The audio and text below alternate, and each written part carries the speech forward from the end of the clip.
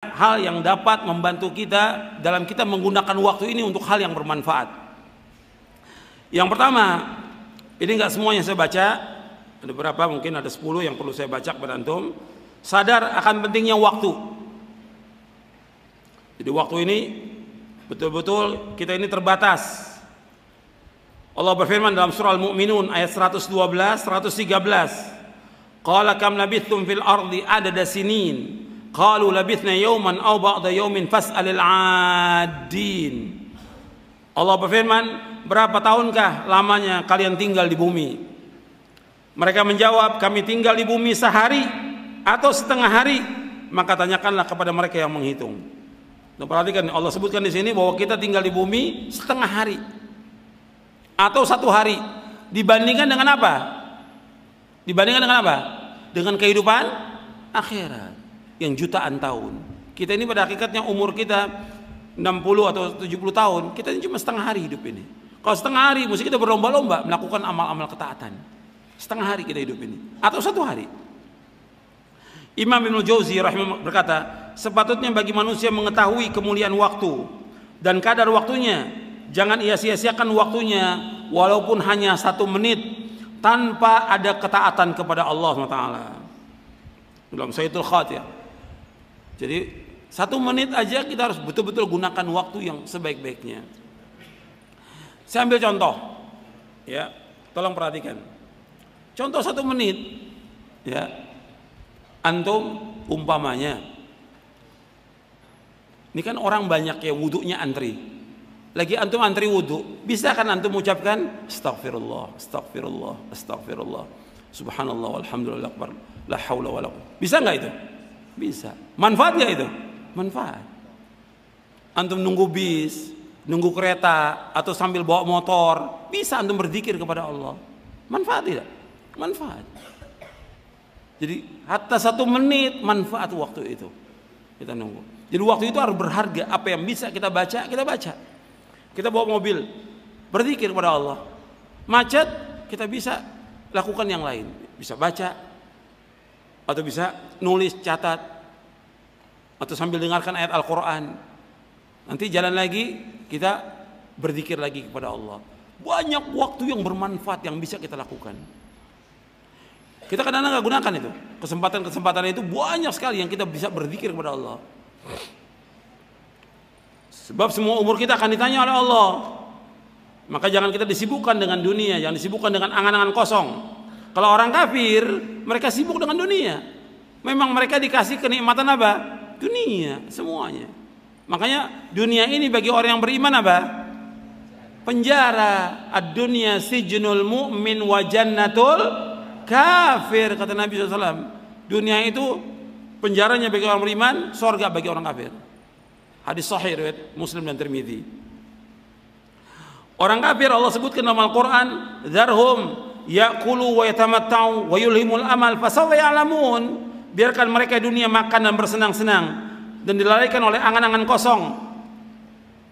Mereka kelak akan mengetahui akibat perbuatannya. Dalam surah Al-Hijr ayat 3. Ya, orang-orang kafir ini angan-angannya kosong, cita-citanya panjang. Orang-orang kafir. Kalau beriman tidak, apa yang bisa kita lakukan sekarang? Tujuan kita satu, apa?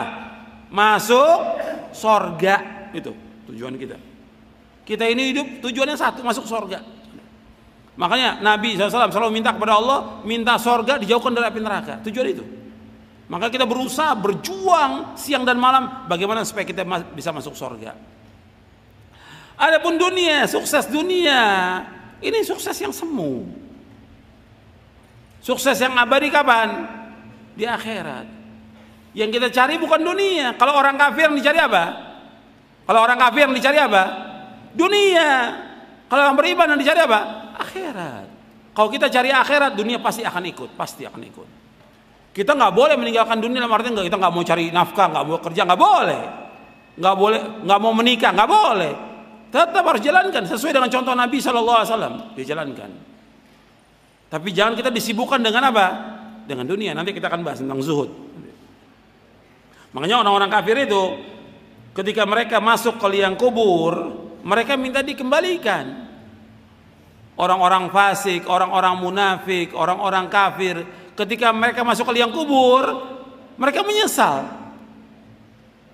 Allah sebutkan di sini dalam surah Al-Mu'minun ayat 99 ayat 100, Allah berfirman, hatta idza ja'ahumul mautu qala rabbirji'un la'alli a'malu salihan fima tarakt kalla inna kalimatun huwa qailuha wa min wara'ihim barzakhun ila yaumi yub'atsun. Demikianlah keadaan orang-orang kafir hingga apabila datang kematian kepada mereka, ia berkata, ya Rabbku, kembalikanlah aku ke dunia agar aku dapat berbuat kebajikan yang telah aku tinggalkan. Sekali-kali tidak, sungguh itulah dalih yang diucapkan saja, dan di hadapan mereka ada barzakh sampai pada hari mereka dibangkitkan. Anda perhatikan di sini, orang-orang kafir, orang-orang munafik, orang-orang fasik, ketika datang kematian, mereka minta dikembalikan. Nggak ada manfaatnya omongan ini. Minta dikembalikan dunia. Mereka mengatakan la'alli amalu salihah, barangkali kami bisa melakukan amal soleh. Udah nggak ada manfaatnya. Makanya melakukan amal soleh kapan? Sekarang. Kita berlomba-lomba melakukan amal soleh. Jadi mereka menyesali. Penyesalan itu nggak ada manfaatnya. Sama dengan orang kafir, ketika mereka dimasukkan ke dalam neraka, mereka mengatakan kepada Allah, ya Allah, keluarkan kami dari neraka. Kami akan tebus dengan sepenuh bumi emas. Sepenuh bumi emas. Bermanfaat atau tidak? Nggak bermanfaat. Mereka kekal dalam neraka selama-lamanya. Wa ma hum bikharijina minha. Mereka nggak akan keluar dari neraka selama-lamanya. Makanya kita gunakan waktu kita dengan sebaik-baiknya. Dan perhatikan bahwa waktu ini sangat berharga. Nabi bersabda SAW dalam hadis yang sahih yang diriwayatkan oleh Imam Bukhari, Tirmidzi, Ibnu Majah, Ahmad, Darimi dan yang lainnya dari sahabat Ibnu Abbas radhiyallahu anhu, Nabi bersabda sallallahu alaihi wasallam, ni'matani maghbunun fi ma katsirun minan nas as-sihhatu wal faragh. Antum lihat di halaman 89, halaman 90. Kata Nabi, ni'matani maghbunun fi ma katsirun minan nas as-sihhatu wal faragh. Ada dua nikmat yang banyak manusia tertipu dengan dua nikmat itu, yaitu waktu sehat dan waktu luang. Nikmat sehat dan waktu luang, banyak manusia tertipu. Hadis ini sahih riwayat Bukhari, Tirmidzi, Ibnu Majah dan yang lain dari sahabat Ibnu Abbas. Kata Ibnu Battal rahimahullah, mana hadis tersebut, seorang tidak disebut luang sampai ia cukup dan sehat badannya. Siapa yang beroleh itu, maka hendaklah ia bersemangat agar tidak tertipu dengan meninggalkan syukur kepada Allah atas nikmat yang Allah berikan kepadanya, dan mensyukurinya dengan mengerjakan perintah-perintah Allah, menjauhkan larangannya. Siapa yang tidak berbuat demikian, maka dialah orang yang tertipu. Sabda Nabi SAW, katsirun minas, banyak manusia, menunjukkan bahwa yang diberikan taufik, yang tidak tertipu dengan kedua nikmat tersebut sangat sedikit. Jadi kita ketika diberikan nikmat sehat oleh Allah, waktu luang, bersyukur. Bersyukurnya dengan apa? Bersyukurnya dengan apa? Tolong jawab, siapa yang bisa jawab? Yang sebelah kiri. Iya. Yang sebelah kanan. Bersyukurnya dengan apa? Di sini ada penjelasannya. Coba baca lagi. Berarti antum nggak baca bukunya. Coba baca. Mensyukurinya dengan apa? Mensyukurinya dengan apa? Kata Ibnu Battal, mensyukuri dengan apa? Dengan melaksanakan perintah-perintah Allah dan menjauhkan larangannya. Itu syukur. Itu mana syukur yang benar. Kalau di kita syukur itu makan. Syukuran sama syukurin, makan. Di kita di Indonesia. Syukur itu dengan apa? Melaksanakan ketaatan kepada Allah, menjauhkan apa? Larangan Allah, bukan makan. Gak ada. Syukur itu taat kepada Allah. Syukur itu taat kepada Allah. Syukur melaksanakan perintah Allah, menjauhkan larangannya. Banyak orang yang salah paham. Syukur itu dianggap oleh mereka dengan makan. Kumpulkan orang-orang makan. Gak benar yang seperti dalam Islam. Syukur melaksanakan ketaatan. Digunakan uangnya untuk apa? Dengan melakukan ketaatan. Keluarkan zakatnya, dikeluarkan sedekahnya buat fuqara al-masakin, dia gunakan buat melaksanakan ibadah haji, dia gunakan buat umroh, dia gunakan buat menolong sanak kerabatnya yang susah. Itu digunakan uangnya untuk hal-hal di jalan Allah dalam bentuk ketaatan kepada Allah dan menjauhkan maksiat. Bukan berjalan-jalan ke tempat maksiat, bukan dengan syukur itu, bukan. Bahkan ada orang yang bersyukur dapat harta yang banyak, dia berangkat ke luar negeri, ke negeri kafir. Nggak benar.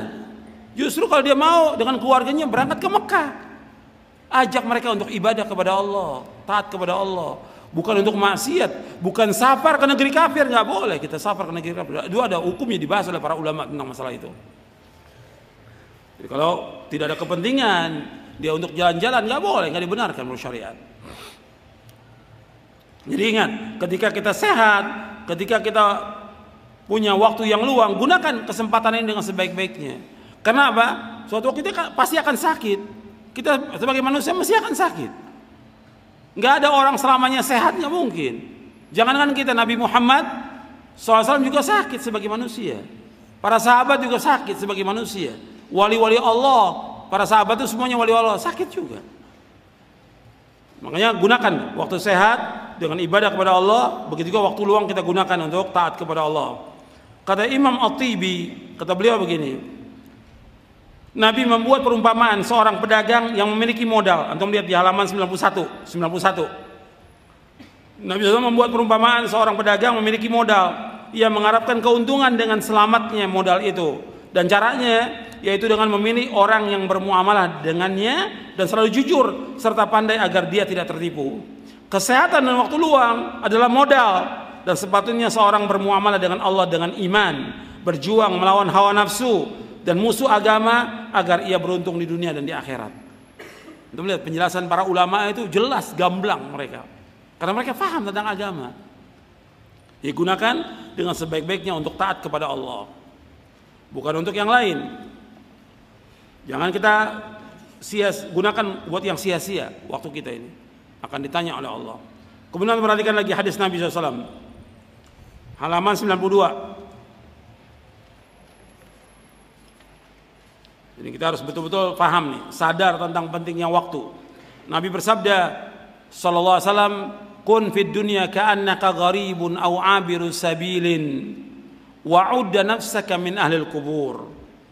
Wa kana Ibnu Umar yaqul, "Idza amsayta fala tantadhir as-sabah wa idza asbahta fala tantadhir al-masa' wa khudh min sihhatika limaradik wa min hayatika limautik." Kata Nabi SAW, jadilah kamu dunia seperti orang asing atau orang yang dalam perjalanan, dan hitunglah dirimu termasuk orang yang pasti mati. Artinya pasti menjadi penghuni kubur. Ibnu Umar berkata, apabila engkau berada waktu sore, jangan tunggu waktu pagi. Apabila engkau berada waktu pagi, jangan tunggu waktu sore. Gunakan sehatmu sebelum sakitmu, gunakan hidupmu sebelum matimu. Perhatikan di sini.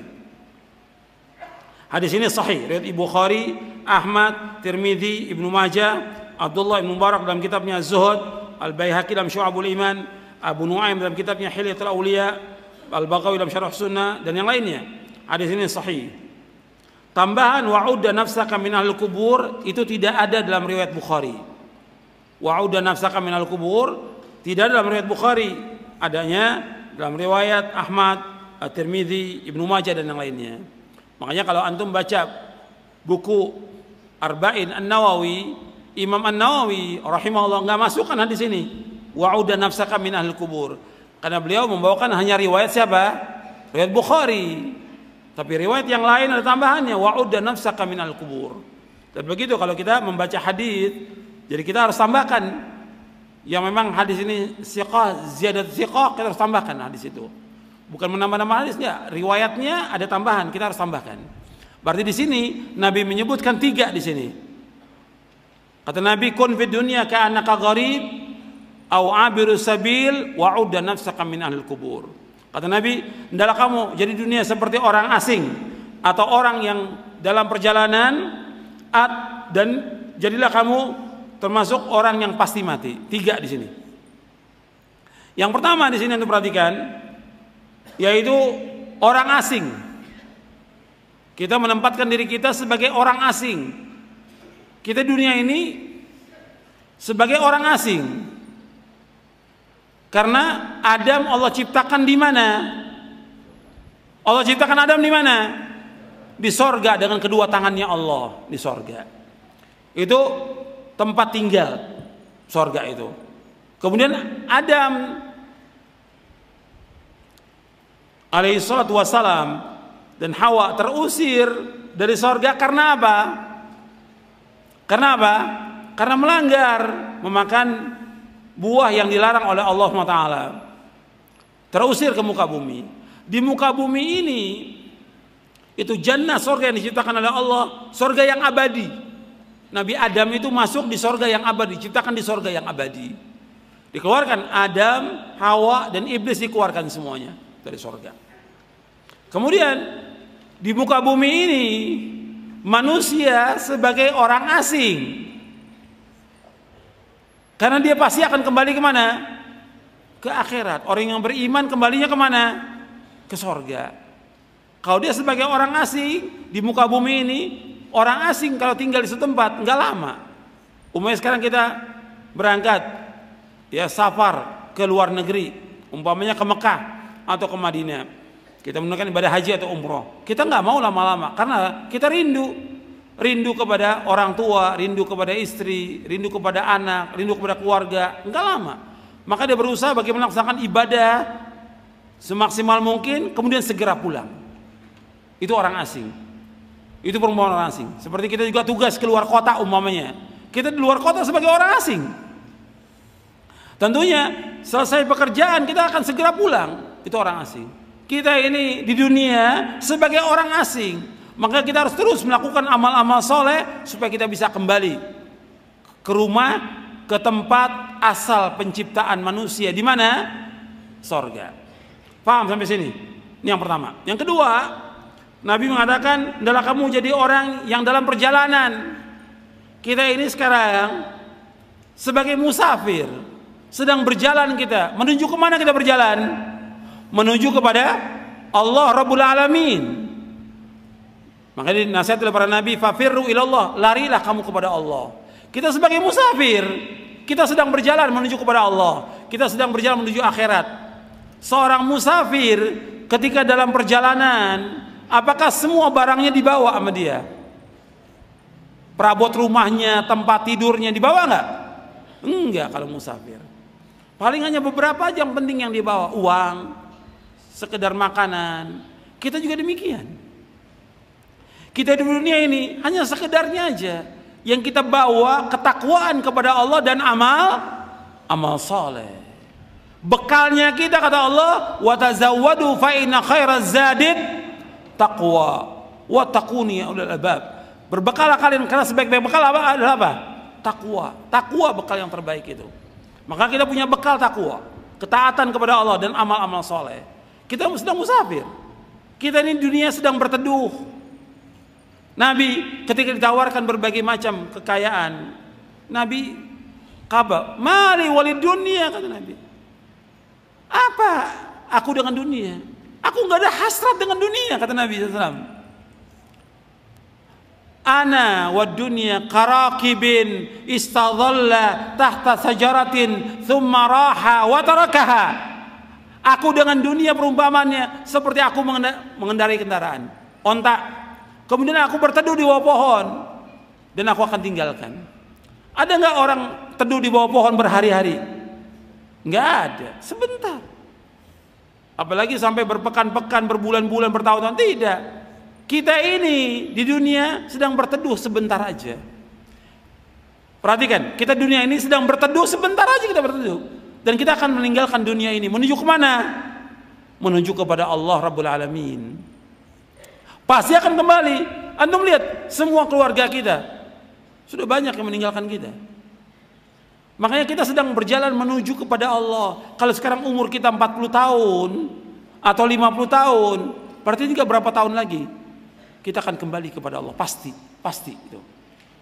Makanya kita ini sedang mengendarai kendaraan menuju kepada Allah. Siapkan takwa kita dan bekal kepada Allah. Yang ketiga, Nabi umpamakan di sini, hendaklah kamu pasti menjadi penghuni kubur. Karena pasti orang mati itu pasti atau tidak? Pasti. Perhatikan, kita hidup dalam kepastian.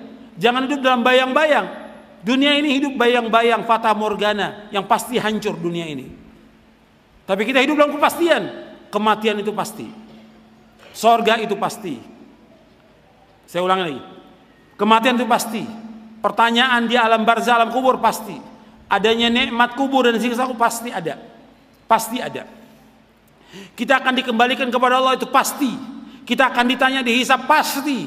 Kita akan melewati sirat, pasti. Adanya sorga dan neraka, pasti. Semua serba kepastian. Karena itu kita harus punya bekal. Kita pasti mati. Maka ketika ada orang meninggal dunia, kita ucapkan apa? Ucapkan apa? Inna lillahi wa inna ilaihi raji'un. Semua kita milik Allah dan kita pasti akan kembali kepada Allah, pasti. Tapi orang yang mengucapkannya tidak sadar semuanya. Yang mengucapkannya kebanyakan tidak sadar. Habis mengucapkan innalillahi, tetap aja sibuk dengan dunia, sibuk dengan dosa, sibuk dengan maksiat, sibuk dengan permainan. Padahal dia udah ucapkan innalillahi wa inna ilaihi raji'un. Kita ini milik Allah dan kita pasti akan kembali kepada Allah. Semua pasti akan kembali kepada Allah, pasti. Maka Nabi katakan wa'udda nafsaka min ahlil kubur. Hitung diri kamu termasuk orang yang pasti menjadi penghuni kubur. Sekarang kalau sudah demikian, Nabi sebutkan 3. Perhatikan nih pemahaman sahabat. Tolong perhatikan, jangan ngobrol, jangan tidur. Perhatikan, tolong perhatikan.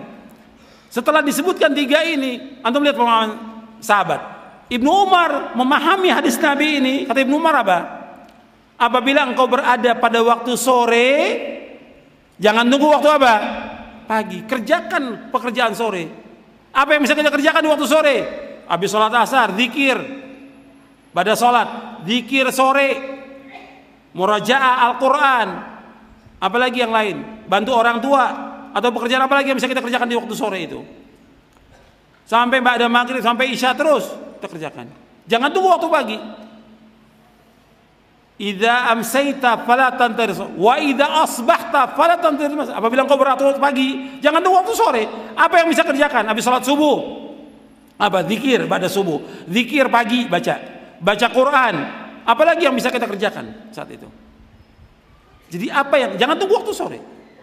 Kemudian wa khudh min sihhatika, gunakan sehatmu sebelum datang sakitmu.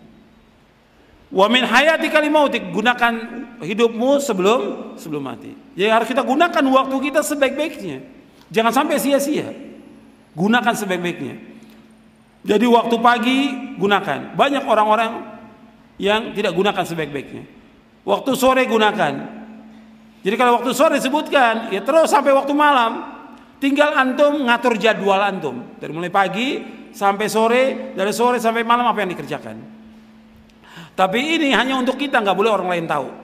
Atur jadwal itu. Kita harus betul-betul menggunakan waktu sebaik-baiknya. Kalau enggak kita rugi, karena waktu ini modal.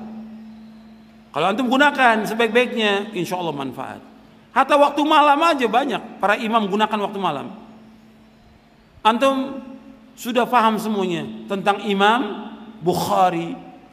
Imam Bukhari, apa terpikir bagi Imam Bukhari bahwa kitabnya akan dibaca oleh umat seluruh dunia? Nggak terpikir oleh Imam Bukhari. Tapi dia tetap berusaha bagaimana menghafal hadis, menulis hadis. Sampai malam itu bangun berapa kali Imam Bukhari. Bangun malam nggak seperti kita, tinggal stop kontak, nyala lampu. Kalau dulu harus nyalakan dulu, pakai minyak, baca. Maka sebagian ulama ada yang sampai buta dia, karena kan panas itu. Lampu yang dipakai, lampu untuk baca itu oleh mereka, isi minyak, kemudian dinyalakan, dibaca sampai buta. Seperti Al-Hafidh Ibnu Katsir, akhir hayatnya buta, baca terus depan lampu itu, sampai buta. Banyak para ulama yang demikian. Imam Bukhari nyalakan lagi, hafal hadis. Waktu malam digunakan demikian, apalagi waktu siang. Waktu malam, waktunya istirahat, tidur, bangun lagi, baca lagi, hafalkan lagi, nulis lagi, tidur lagi, bangun lagi, nyalakan lampu lagi, seperti itu. Sampai berapa kali Imam Bukhari. Antum bisa lihat, rahimahullah rahmatan wasi'ah. Bermanfaat waktunya. Kita ini banyak waktu kita yang tidak bermanfaat. Maka antum gunakan dengan sebaik-baiknya. Kemudian di sini juga disebutkan oleh Imam Nawawi. Antum perhatikan perkataan Imam Nawawi, ini bagus sekali buat kita semuanya ini. Halaman 94. Kata Imam Nawawi, hendaklah seorang penuntut ilmu berkemauan keras untuk belajar ilmu syar'i, selalu dan senantiasa menggunakan seluruh waktunya untuk menuntut ilmu, baik malam maupun siang, di saat mukim maupun ketika safar. Ia tidak mau sedikit pun waktunya hilang sia-sia dengan tidak memperoleh ilmu, kecuali sekedar keperluan makan, tidur dan hal-hal yang mesti ia lakukan dan juga untuk istirahat sebentar, untuk menghilangkan kebosanan, kejenuhan, dan hal yang penting lainnya. Dan tidak termasuk orang yang berakal, perhatikan, tidak termasuk orang yang berakal, seorang penuntut ilmu yang sudah ditempatkan sederajat dengan pewaris para nabi, kemudian ia menyanyiakan waktu, tidak digunakan untuk menuntut ilmu. Imam Nawawi sudah mempraktikkan. Imam Nawawi umurnya berapa tahun? Siapa yang bisa jawab? Imam Nawawi umur berapa tahun? Berapa tahun? 45 tahun. Imam Nawawi umurnya 45 tahun, tapi karangannya lebih dari 100 jilid. 45 tahun umurnya, karangannya, tulisannya Imam Nawawi lebih dari 100 jilid. Dan dulu belum ada lampu seperti kita sekarang ini, belum ada ballpoint seperti sekarang, tapi nulis terus Imam Nawawi sampai bermanfaat buat umat ini. Kita lanjutkan, ikhwan fillah, jazakumullah. Tentang waktu nanti antum bisa baca lagi beberapa hadis yang saya tulis di sini yang berkaitan menggunakan waktu sebaik-baiknya. Di antaranya nanti antum perhatikan sampai Nabi merinci tentang waktu itu, sampai Nabi rinci.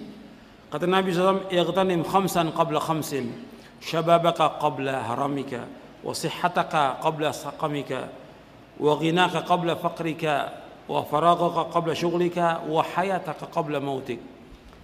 Antum perhatikan, Nabi sampai merinci untuk menggunakan waktu itu. Kata Nabi SAW, manfaatkan 5 hal sebelum datang 5 hal. Masa muda sebelum datang masa tua, waktu sehat sebelum datang waktu sakit, masa cukup sebelum datang masa fakirmu, waktu luangmu sebelum datang waktu sibukmu, hidupmu sebelum datang matimu. Hadis ini sahih, diriwayatkan oleh Imam Hakim dalam kitabnya Al-Mustadrak dari sahabat Ibnu Abbas. Jadi betul-betul kita gunakan waktu ini sebaik-baiknya. Nabi sampai rinci seperti ini supaya betul-betul kita gunakan waktu.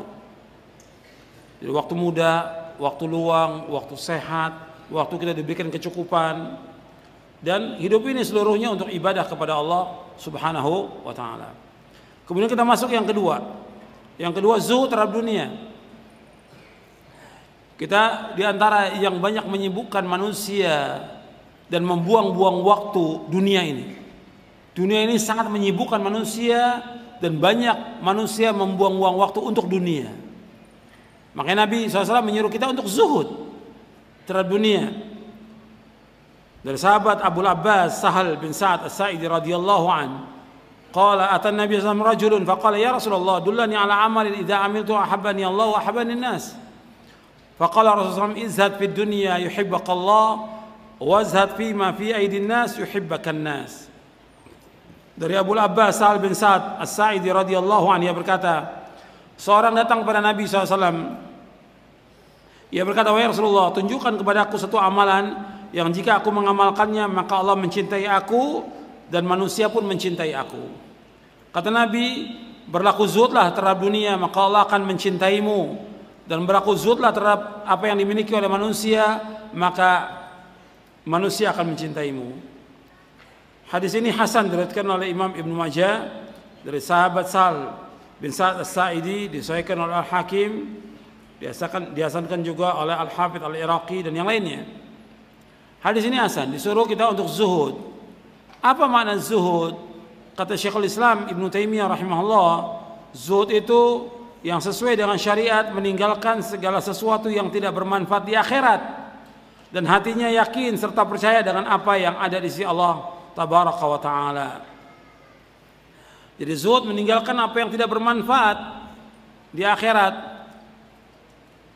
Ya dunia nggak bermanfaat di akhirat, kesibukan dengan dunia nggak bermanfaat di akhirat, kedudukan jabatan nggak bermanfaat di akhirat, banyak bermain-main nggak bermanfaat di akhirat, menumpuk harta yang banyak nggak bermanfaat di akhirat, kecuali yang kita perlukan. Ada orang yang punya umpamanya mobil, dia punya mobil 3 umpamanya, yang dia pakai setiap hari 2, 1 nggak bermanfaat, jual mobil ini, dipakai buat ibadah haji atau umroh atau sedekah. Kenapa? Nggak bermanfaat untuk di akhirat. Yang selebih ini nggak bermanfaat di akhirat.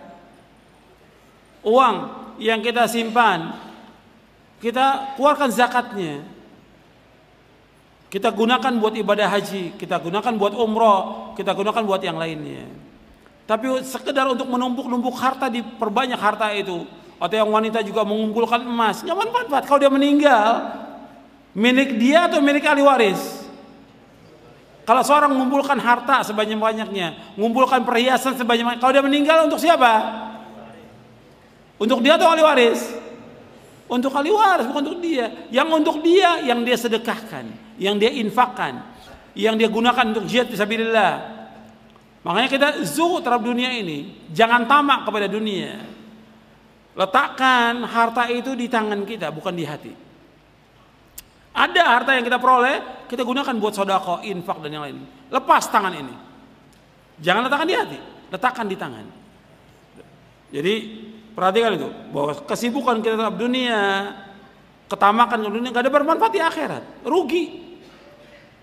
Jadi kita harus zuhud terhadap dunia. Zuhud artinya meninggalkan apa yang tidak bermanfaat nanti di akhirat.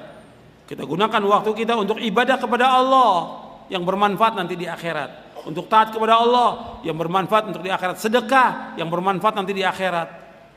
Gunakan itu. Zuhud terhadap dunia. Kemudian yang kedua, zuhud terhadap apa yang dimiliki oleh manusia, di tangan manusia. Kita nggak boleh hasad, nggak boleh dengki.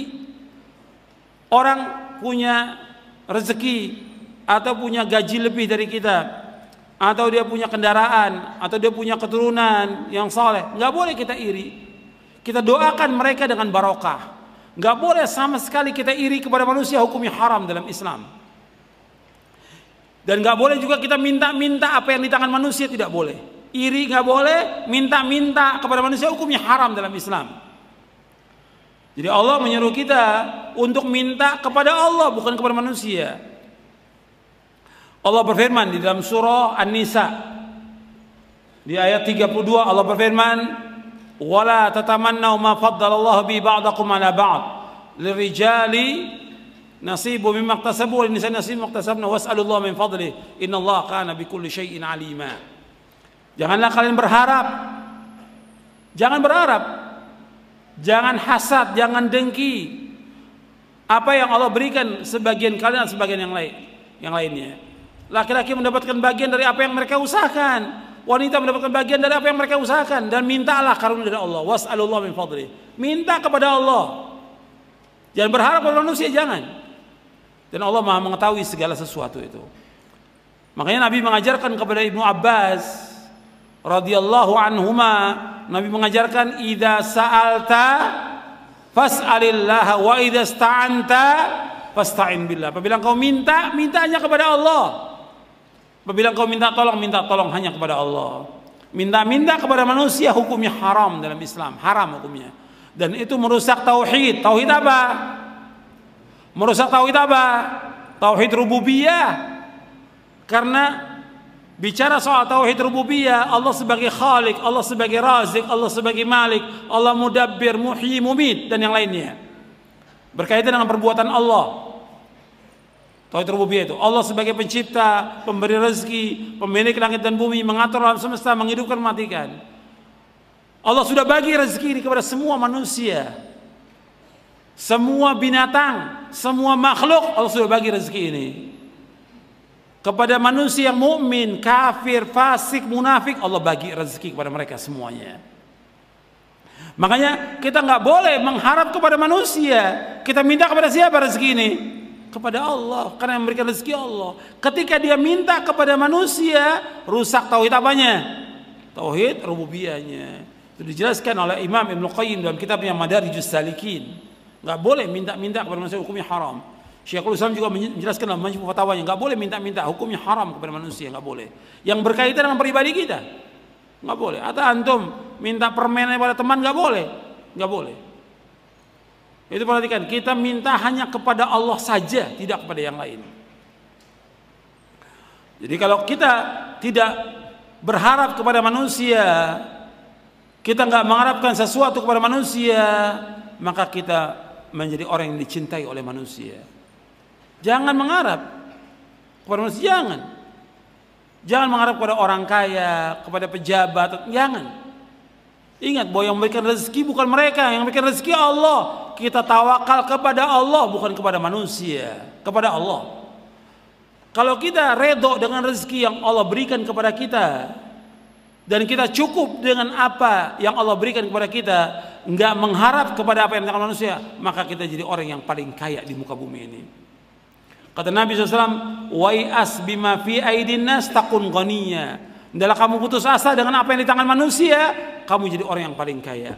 Kata Nabi, wa'lam anna syarafal mu'min qiyamuhu bil lail wa izzahu istighnahu 'anil nas. Kata Nabi, ketahuilah bahwa mulianya seorang mukmin dengan dia bangun di tengah malam, dengan tahajud dia di tengah malam, dan mulianya seorang mukmin dengan dia tidak mengharapkan sesuatu dari manusia, maka dia mulia. Ini semua riwayatnya hasan dan sahih, disahihkan dan dihasankan oleh Syekh Al-Albani dalam kitabnya Sahih Jami' Shaghir, dan juga dalam Sahih At-Targhib wa Tarhib. Dalam riwayat yang lain juga Nabi bersabda, perhatikan, Nabi bersabda, warda bima qasamallahu laka takun aghanan nas. Hendaklah kamu redho dengan apa yang Allah berikan kepada kamu. Kamu redho dan puas dengan rezeki apa yang Allah berikan kepada kamu. Kamu jadi orang yang paling kaya di muka bumi ini. Kaya. Jangan mengharap. Ingat, orang yang mengharap sesuatu kepada manusia pasti akan kecewa. Pasti akan kecewa. Tapi orang yang mengharap kepada Allah tidak akan kecewa selama-lamanya. Maka jangan mengharap kepada manusia. Harap kepada Allah SWT. Atau kita punya teman atau punya murid orang kaya, jangan mengharapkan sesuatu. Kalau kita mau dakwah karena Allah, jangan mengharapkan sesuatu dari mereka, jangan. Ini ajaran Islam, supaya kita mulia di dunia dan mulia di akhirat. Kemudian juga untuk perhatikan, seorang muslim nggak boleh terperdaya dengan dunia, nggak boleh tertipu dengan dunia. Allah berfirman dalam surah Ali Imran ayat 185, kullu nafsin dha'iqatul maut wa innama tuwaffawna ujurakum yawmal qiyamah faman zuhzi'a 'anil nari wa udkhilal jannata faqad faz wa mal hayatud dunya illa mata'ul ghurur. Allah berfirman dalam surah Ali Imran surah 3 ayat 185, setiap jiwa pasti akan mati dan akan disempurnakan ganjaran kalian nanti pada hari kiamat. Dan barang siapa yang dijauhkan dari api neraka dimasukkan ke sorga, maka dia adalah orang yang sukses. Dan tidaklah kehidupan dunia melainkan kehidupan yang menipu. Anda perhatikan di sini bahwa kita ini semua pasti mati, pasti sudah. Kalau kita pasti mati, mesti kita harus melakukan amal-amal soleh supaya kita bisa masuk sorga, karena kita pasti akan kembali kepada Allah.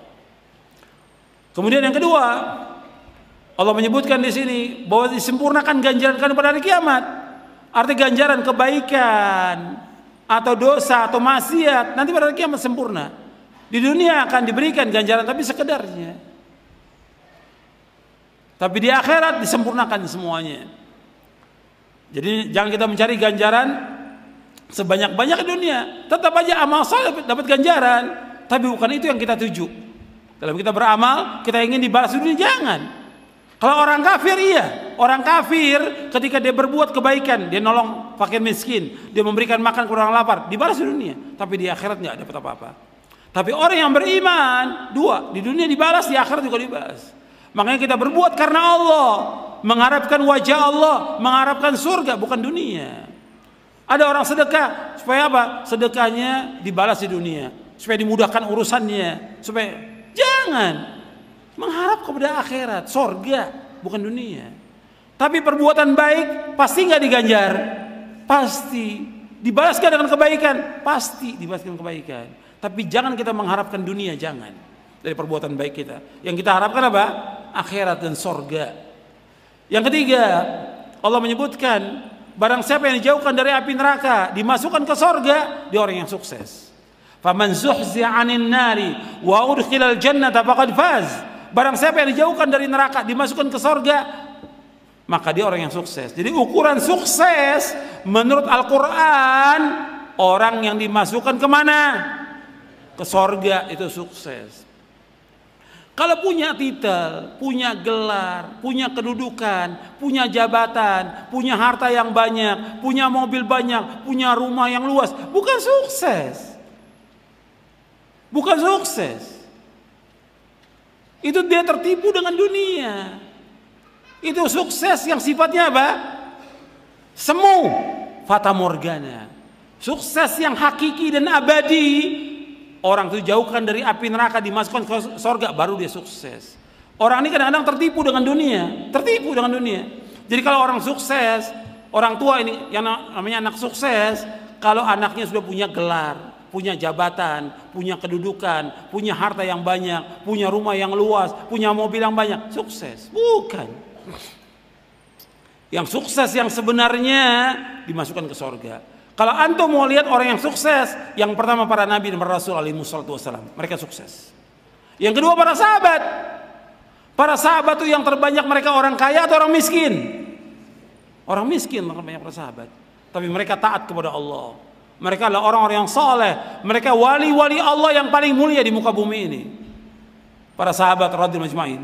Tapi Allah katakan kepada mereka semuanya, wa kullan wa'adallahul husna. Semuanya kami jamin mereka dengan surga. Itu orang sukses para sahabat. Tapi mereka hidup apa adanya. Bukan kita mengharapkan miskin, tidak. Tapi kita tetap melakukan amal-amal saleh, bekerja. Kalau kita diberikan kekayaan, alhamdulillah. Gunakan kekayaan untuk taat kepada Allah, gunakan kekayaan untuk berjihad di jalan Allah, gunakan kekayaan untuk menegakkan agama Islam sebagaimana Abu Bakar As-Siddiq radhiyallahu an, Umar seperti Utsman bin Affan radhiyallahu an, Abdurrahman bin Auf dan yang lainnya para sahabat yang mulia. Mereka diberikan harta oleh Allah untuk menegakkan agama ini di muka bumi. Maka mereka mulia di dunia ini dan mulia di akhirat. Jelas? Jadi sukses ukurannya mana? Akhirat, bukan dunia. Kita udah tertipu nih dengan ashabu dunia, tertipu. Sampai orang-orang tua kita pun tertipu. Jadi orang tua kita kalau nyuruh kita sekolah supaya apa? Supaya dapat gelar, dapat kedudukan, dapat duit yang banyak. Habis itu setelah dapat uang yang banyak gimana? Digunakan buat dosa, buat maksiat, buat segala macam. Ini bukan sukses. Orang yang diberikan oleh Allah kekayaan, harta yang banyak dan dia terus berbuat maksiat, namanya apa orang yang seperti ini? Diberikan apa oleh Allah? Istidraj. Istidraj artinya diulur oleh Allah sampai suatu waktu datang disiksa dengan siksaan yang berat bagi orang itu. Waliyadzubillah nasallallahu alaihi wasallam. Kemudian yang keempat dalam ayat ini. Yang keempat dalam ayat ini Allah menyebutkan wa mal hayatud dunya illa mata'ul gurur. Dan tidaklah kehidupan dunia melainkan kehidupan yang apa? Menipu. Allah menyebutkan dunia ini menipu. Jangan kita tertipu dengan dunia. Sudah banyak orang tertipu dengan dunia. Bukan hanya orang awam, penuntut ilmu, para dai, para ustadz, kiai, ulama, udah banyak yang tertipu dengan dunia, tertipu dia dengan dunia. Tertipu dia dengan dunia. Banyak, bukan satu, banyak yang tertipu. Makanya kita nggak boleh tertipu dengan dunia, nggak boleh. Jabatan, kekuasaan, itu masuk akhirat atau dunia? Dunia. Kekuasaan, harta, semua dunia. Jangan kita tertipu dengan dunia, jangan. Jangan dekat dengan penguasa, jangan. Tertipu, udah banyak yang tertipu. Kita harus tetap istiqamah di atas Quran wa sunnah la fahmisal dan ketaatan kepada Allah sampai kita diwafatkan oleh Allah. Kita hidup sederhana dengan ketaatan, jangan tertipu dengan dunia. Kemudian selanjutnya kita masuk yang ketiga. Yang ketiga, senantiasa mengingat kematian. Jadi kita harus terus ingat kepada kematian.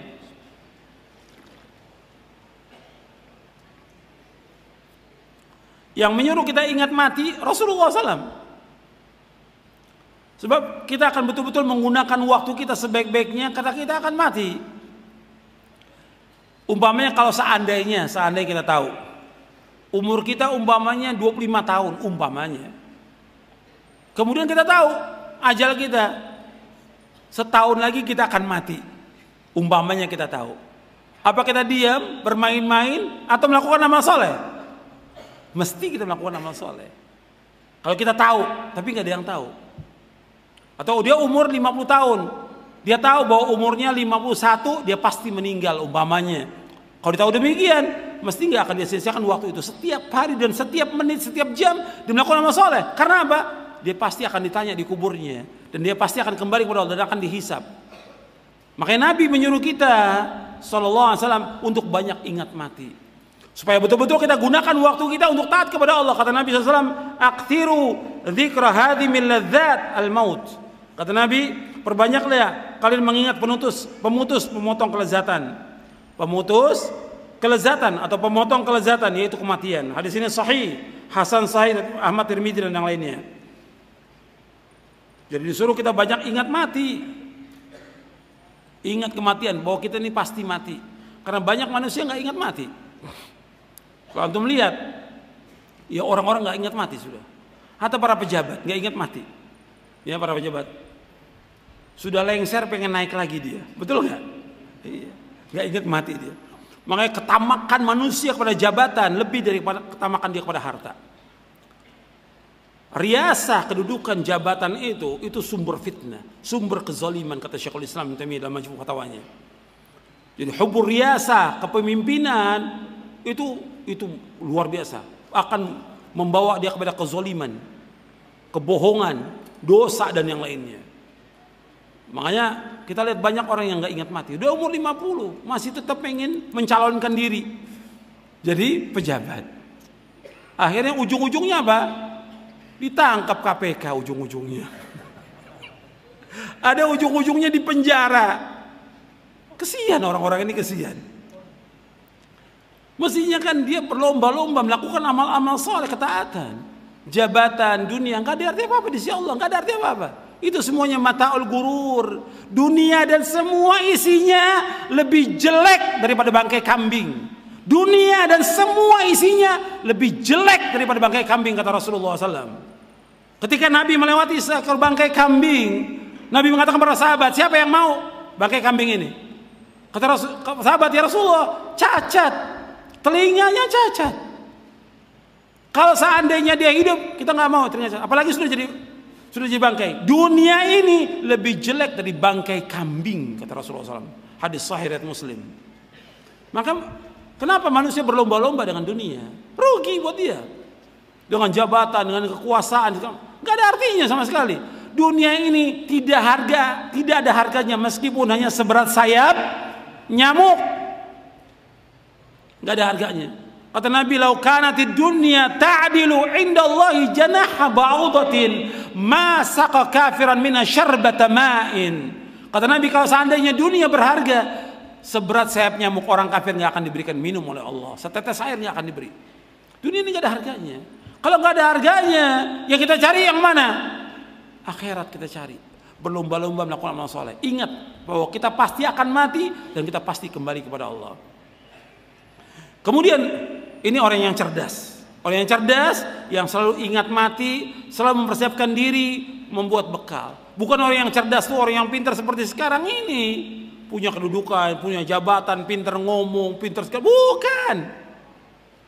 Orang yang pintar menurut Rasulullah adalah orang yang selalu ingat mati dan mempersiapkan bekal. Antum baca hadisnya, halaman 101. Jadi kalau antum mau tahu orang pintar, ini lihat nih sabda Rasulullah. Kata Rasulullah, ya Rasulullah, ayyul mu'minina afdal? Faqala ahsanuhum khuluqa. Qala fa ayyul mu'minina akhyas? Qala aktsaruhum lil mauti dzikra wa ahsanuhum lima ba'dahu isti'dadan ulaikal akyas. Wahai Rasulullah, siapa orang yang mukmin yang paling utama? Yang paling utama orang mukmin yang mana? Rasulullah SAW menjawab, orang yang paling baik akhlaknya. Ingat, orang mukmin yang utama yang paling baik akhlaknya. Orang tersebut bertanya lagi, ya Rasulullah, orang mukmin yang paling cerdas, ayyul mu'min akyas? Akyas dari kayis, itu orang yang pintar, cerdas, jenius. Siapa orang yang paling jenius? Yang paling pintar? Apa kata Rasulullah SAW? Aktsaruhum lil mauti dzikra wa ahsanuhum lima ba'dahu isti'dadan ulaikal akyas. Kata beliau, orang mukmin yang paling cerdas, orang mukmin yang paling pintar, orang mukmin yang jenius, beliau SAW menjawab, orang yang paling banyak mengingat kematian dan yang paling baik persiapannya untuk menghadapi apa yang terjadi setelahnya. Mereka itu orang-orang yang paling cerdas. Jadi kalau cerdas itu orang yang ingat mati, mempersiapkan bekal untuk akhirat. Orang mukmin, sekarang saya mau tanya kepada antum,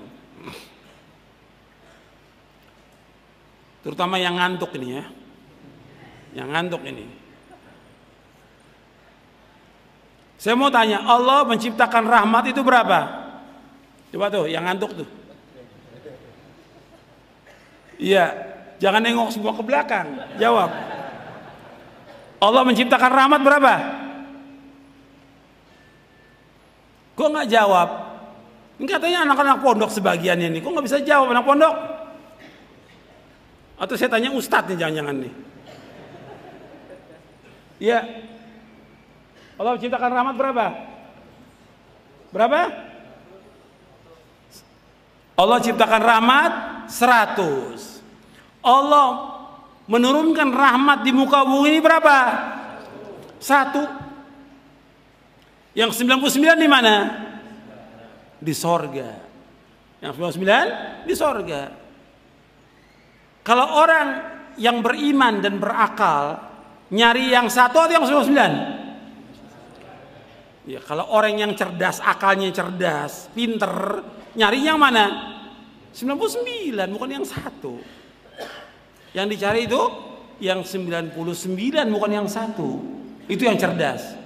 Kita hidup dunia ini semua Allah berikan, semuanya. Orang kafir, orang mukmin, orang munafik, orang jahat, semua diberikan oleh Allah rezeki semuanya.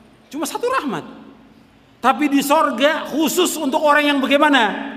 Beriman saja itu 99 rahmat. Yang dipilih yang mana? Yang 99. Paham? Ini Islam tidak mengabaikan akal, diajak kita untuk berpikir. Maka Nabi menyebutkan tentang orang pintar. Saya ambil contoh yang lain lagi. Yang gampang ini. Yang gampang tentang sholat berjamaah. Sholat berjamaah fadilahnya berapa? 27. Kalau kita sholat di rumah dapat pahalanya berapa? 1. Sekarang ini ada perusahaan mau gaji kita 27 juta satu perusahaan. Kerjaannya sama. Yang 1 juta. Kita pilih yang mana? 2 perusahaan sama pekerjaannya. Kerjaannya sama. Yang 1 gajinya 27 juta, yang 1 juta. Kita pilih yang mana? 27. Kalau pilih yang 1, berarti orang itu gimana akalnya? Waras apa enggak? Enggak waras. Makanya kita pilih apa? Sholat berjamaah 27 derajat. Paham? Nah, sekarang kita lanjutkan. Yang keempat, kita harus takut kepada Allah Subhanahu wa taala. Sebab di antara yang mendorong kita untuk betul-betul mengisi waktu kita dengan taat kepada Allah, takut kepada Allah. Takut. Kalau kita nuntut ilmu, kata Imam Ahmad bin Hambal, yang dikatakan ilmu itu apa? Ilmu syar'i itu apa kata Imam Ahmad? Al-ilmu kata Imam Ahmad khasyatullah. Ilmu itu takut kepada Allah. Semakin kita nuntut ilmu, mestinya kita semakin apa? Takut kepada Allah. Bukan tambah berani. Apalagi berkaitan dengan uang, dengan yang lain. Maksiat, hati-hati dia. Orang yang berilmu hati-hati. Enggak seperti sekarang banyak orang-orang yang tamak dia kepada harta. Hati-hati itu. Uang itu akan ditanya oleh Allah dari mana diperoleh dan kemana dihabiskan. Dia harus takut. Kemudian yang kelima, muhasabah. Kita harus introspeksi kepada diri kita. Ini jalannya orang soleh, selalu muhasabah. Artinya menghisap diri kita. Apa yang sudah kita lalaikan dari kewajiban-kewajiban selama bertahun-tahun ini. Hatta 1 hari aja kita hitung. Nih hari ini dari mulai terbit fajar sampai terbenam matahari sampai malam, kita hisap diri kita. Ini apa sih yang sudah kita lalaikan dari kewajiban? Kemudian apa yang sudah kita langgar? Terus apa yang sudah kita baca dari buku yang bermanfaat? Sudahkah kita berbuat kebaikan? Ada pertanyaan-pertanyaan yang saya sebutkan di sini, di buku ini ada pertanyaan-pertanyaan untuk kita muhasabah, introspeksi kepada diri kita. Kita harus muhasabah. Kalau enggak, kita enggak akan tahu apa yang sudah kita lakukan dan apa yang manfaat yang kita lakukan dalam hidup ini. Harus kita berbuat sebanyak-banyaknya dari amal-amal soleh, karena semua akan ditanya oleh Allah. Kemudian yang keenam, berdoa kepada Allah agar kita diberikan taufik untuk bisa memanfaatkan waktu ini untuk taat kepada Allah. Ya, doa jangan tinggal antum. Setiap hari berdoa kepada Allah agar kita diberikan taufik oleh Allah untuk bisa melakukan amal-amal soleh. Seperti sekarang antum dapat ilmu yang bermanfaat, doa kepada Allah agar kita diberikan taufik untuk bisa melakukannya. Ada orang yang ngaji berkali-kali dijelaskan tentang masalah waktu, tapi tetap aja dia masih buang waktu. Berarti enggak diberikan taufik oleh Allah. Minta kepada Allah agar diberikan taufik, agar kita betul-betul diberikan taufik untuk bisa melaksanakannya dari apa yang sudah disampaikan. Doa kepada Allah. Kemudian yang ketujuh, memupuk semangat yang tinggi. Jadi semangat ini betul-betul harus kita gunakan sebaik-baiknya untuk meraih sorga. Kita nggak boleh sebagai orang muslim itu mempunyai sifat malas, sifat lemah. Nggak boleh. Nabi berlindung kepada Allah dari sifat apa? Sifat lemah, sifat malas, sifat bakhil. Bakhil itu artinya apa? Pelit, kikir, kedekut, gitu. Medit, gitu. Itu sifat yang tercela itu. Kemudian penakut, nggak boleh. Nabi berlindung kepada Allah dari sifat-sifat itu. Kita harus semangat, nggak boleh lemah, nggak boleh kita lemah. Nabi berlindung kepada Allah dari sifat lemah. Kita harus terus memupuk semangat tinggi menggunakan waktu kita. Kalau orang lain bisa, saya harus bisa. Kalau orang lain bisa baca, saya harus bisa baca. Kalau orang lain bisa menghatamkan Quran, saya harus bisa menghatamkan Quran. Kalau orang lain bisa hafal Quran, saya harus bisa hafal Quran. Kalau orang bisa baca hadis hafal, saya harus bisa. Terus begitu. Harus pupuk semangat kita, jangan lemah, nggak boleh lemah. Nabi berlindung kepada Allah dari sifat lemah. Antum hafalkan nanti hadisnya. Nabi berdoa kepada Allah, Allahumma inni a'udzubika minal ajzi wal kasal wal jubni wal bukhli wal haram.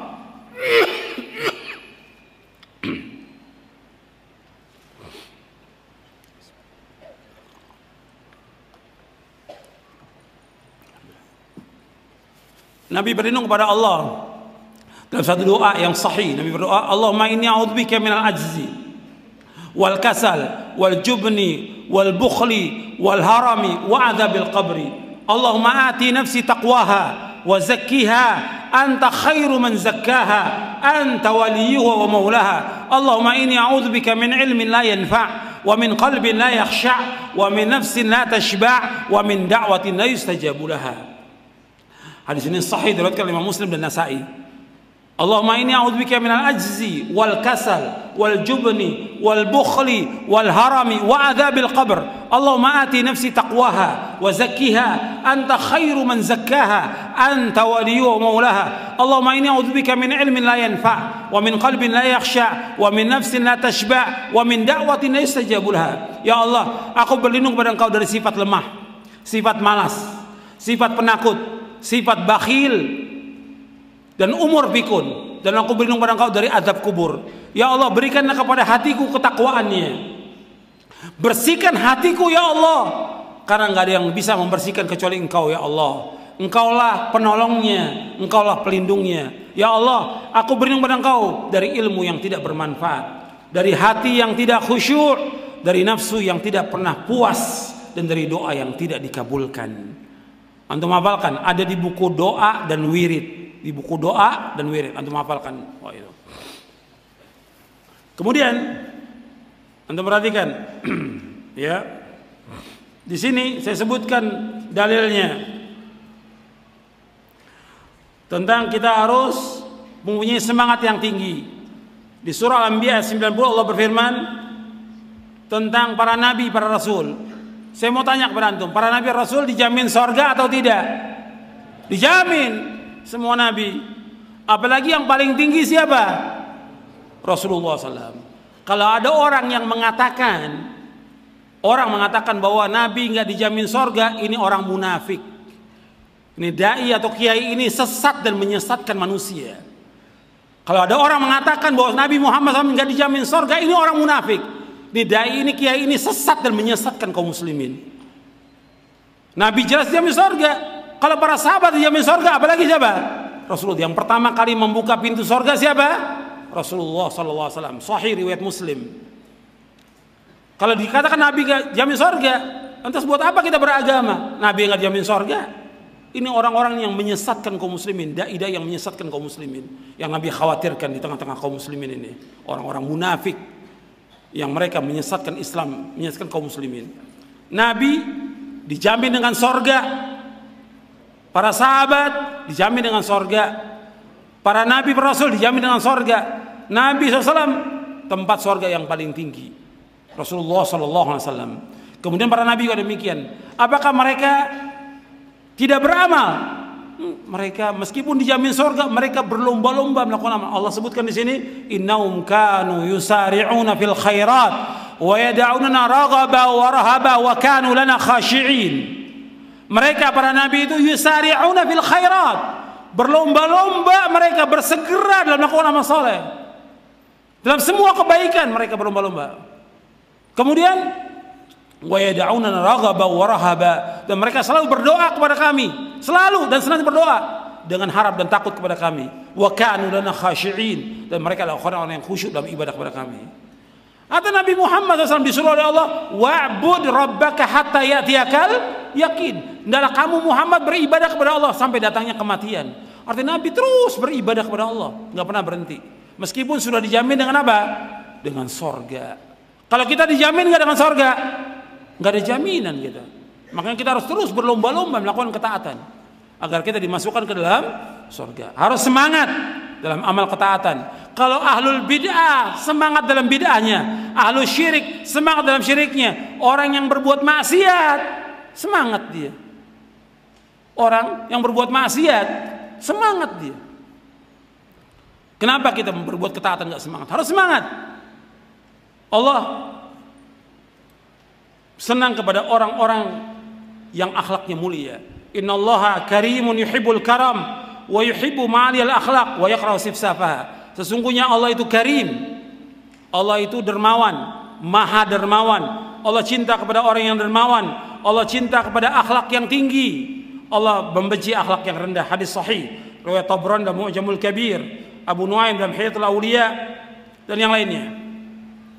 Anda perhatikan, Allah itu karim, dan Allah senang kepada orang yang dermawan. Kita harus dermawan, terbuka tangan kita, jangan pelit, jangan bakhil, jangan kikir, karena Allah benci kepada orang-orang yang kikir dan bakhil. Kemudian Allah mencintai orang yang karam, dermawan. Maka orang-orang jahiliyah dia punya akhlak. Akhlaknya apa? Karam. Maka Nabi diutus oleh Allah untuk menyempurnakan akhlak. Innama bu'itsu li utammima makarimul akhlak. Aku diutus untuk menyempurnakan akhlak. Berarti akhlak sudah ada. Akhlak yang mulia juga sudah ada di zaman jahiliyah. Di antara orang-orang yang jahiliyah itu dia karam, dia sifat karam, dermawan. Maka kita harus dermawan. Kemudian Allah mencintai akhlak yang tinggi. Apa akhlak yang tinggi? Semangat dalam thalabul ilmi, semangat dalam ibadah. Itu akhlak yang tinggi. Dermawan itu semangat. Kemudian senang menolong orang lain, membantu orang lain. Semangat dalam baca Al-Quran, semangat dalam ibadah. Ini akhlak yang mulia, akhlak yang tinggi. Paham? Itu akhlak yang tinggi. Paham ya, akhlak yang tinggi. Jadi akhlak yang tinggi itu akhlak semangat dalam ibadah, semangat dalam menuntut ilmu, semangat dalam baca Quran, semangat dalam menolong orang, semangat dalam melakukan amal-amal soleh. Kemudian Allah benci kepada akhlak yang rendah. Apa akhlak yang rendah? Seperti tadi, lemah, malas, pengecut, bakhil, kemudian futur, patah semangat. Ini akhlak yang putus asa dari rahmat Allah. Ini akhlak yang rendah, akhlak yang hina. Akhlak yang mulia seperti berani dalam menyampaikan dakwah, dan menyampaikan kebenaran. Ini akhlak yang mulia. Banyak contoh akhlak yang mulia, dan juga banyak contoh akhlak yang rendah. Jangan kita mempunyai akhlak yang rendah, nggak boleh. Orang mukmin harus semangat. Nabi bersabda SAW, al-mu'minul qawiyyu khairun wa habbu ila Allah minal mu'minid dha'if.